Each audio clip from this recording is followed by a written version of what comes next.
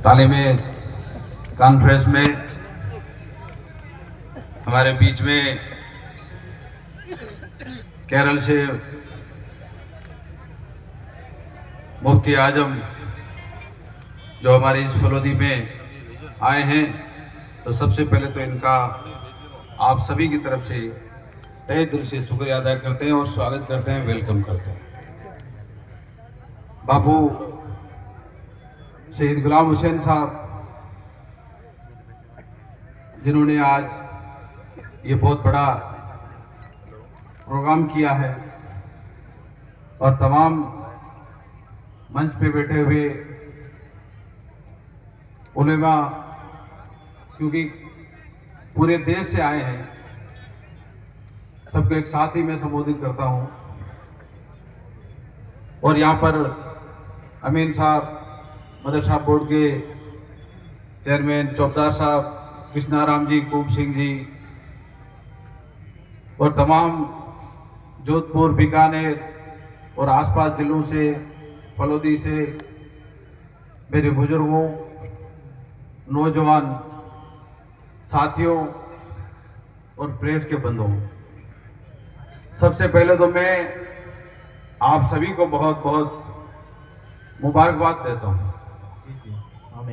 कि तालीम के लिए जो बाबू गुलाम हुसैन साहब ने आज से शायद 2 साल तकरीबन हो गए, मेरे हिसाब से 1 साल 2 साल हो गए, 2 साल पहले यहाँ पर जो नींव रखी थी फलोदी के अंदर, आज वो बिल्डिंग, वो इदारा तैयार होकर हमारे सामने खड़ा है। ये सबसे पहले बुनियाद आपने रखी, ये आपकी मेहनत है और आपकी मेहनत की वजह से ये इदारा तैयार हुआ है।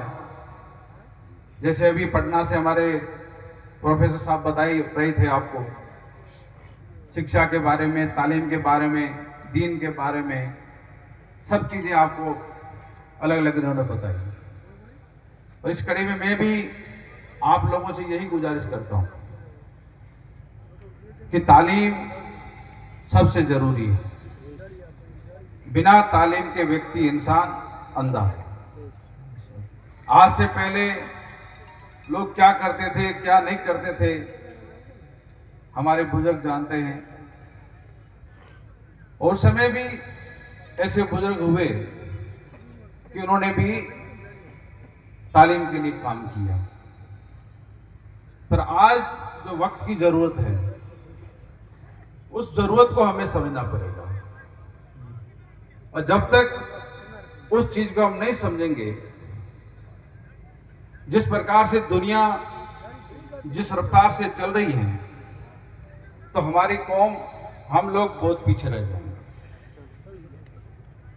पहले, आज से पहले लोग अपना जीवन यापन खेती करते थे या भेड़ बकरी चरा करके यापन करते थे, पर आज वो जमाना बदल गया।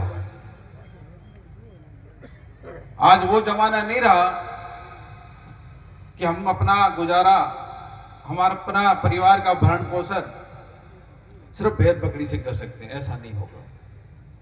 आज जरूरत है हमारे बच्चों को तालीम देने की।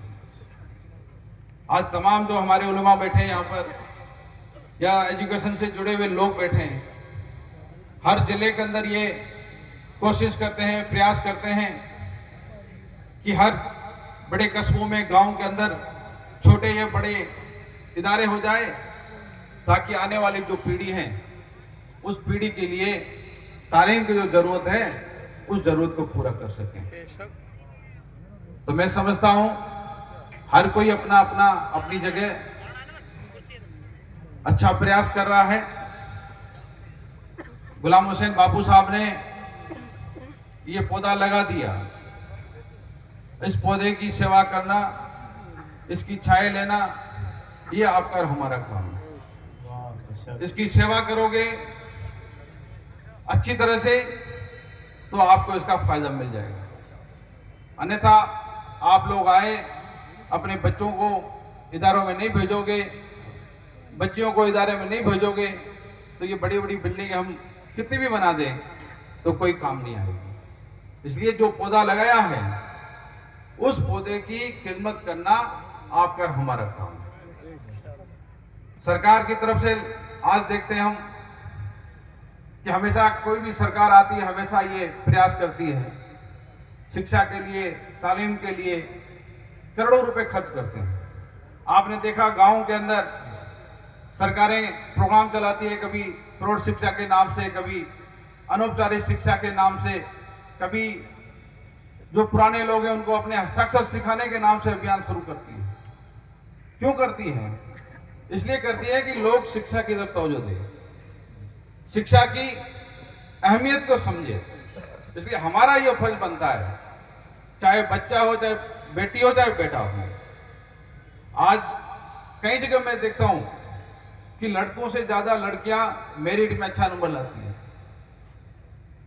कई इदारे मैंने देखे हैं जहां जहां बच्चियों के अलग से इदारे बने हुए हैं, उनकी आप तालीम जाके देखोगे तो लड़कों से भी बच्चियां हमारी आगे हैं। तो उसमें फर्क नहीं समझना है।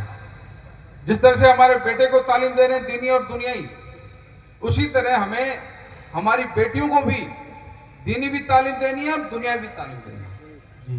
दोनों तालीम देंगे तभी हमारा समाज जो है आगे बढ़ेगा। अभी प्रोफेसर साहब ने जो बात कही राजस्थान के बारे में, ये वो समय सही कह रहे थे। कई ऐसे इलाके थे जहां लोगों को पीने का पानी नहीं मिलता था। लोग ऐसे इलाकों में रहते थे जहां सांप काटते थे, पिच्चू काटते थे। आज माशाल्लाह सब चीज अच्छी है, पर वो समय भी था। तो आज वो समय बदला है। इसलिए जब तक हम अपने बच्चों को, आज हर माँ बाप का ये फर्ज बनता है कि हम हमारे बच्चों को अच्छी तालीम दें। मुझे जब मौका मिला तो मैंने भी ये प्रयास किया। अभी चौबदार साहब बैठे हैं, अभी तक इनका समय चल रहा है, अभी ये मदरसा बोर्ड के चेयरमैन हैं। उस समय भी हमने सरकार से ये प्रयास किया था कि माइनॉरिटी के लोग एजुकेशन में पिछड़े हुए हैं और सरकार जब तक इसमें मदद नहीं करेगी तो समाज आगे नहीं बढ़ पाएगा। तो पहली बार मुफ्ती साहब हमने ये शुरुआत की हमारे बच्चों के लिए। जब माइनॉरिटी इलाके हैं वहां पर हमने 22 करोड़ के लिए आवासीय विद्यालय हमने खोले। पूरे राजस्थान के अंदर हमने 35 या 36 ऐसे आवासीय विद्यालय खोले, बालकों के अलग लिए अलग और बालिकाओं के लिए अलग। और आज मुझे खुशी होती है जब मैं उन आवासीय विद्यालयों को देखता हूं, उन बड़ी बड़ी इमारतों को देखता हूं, और मैं कई बार उनके अंदर जाकर उनके बच्चों से भी पूछा है।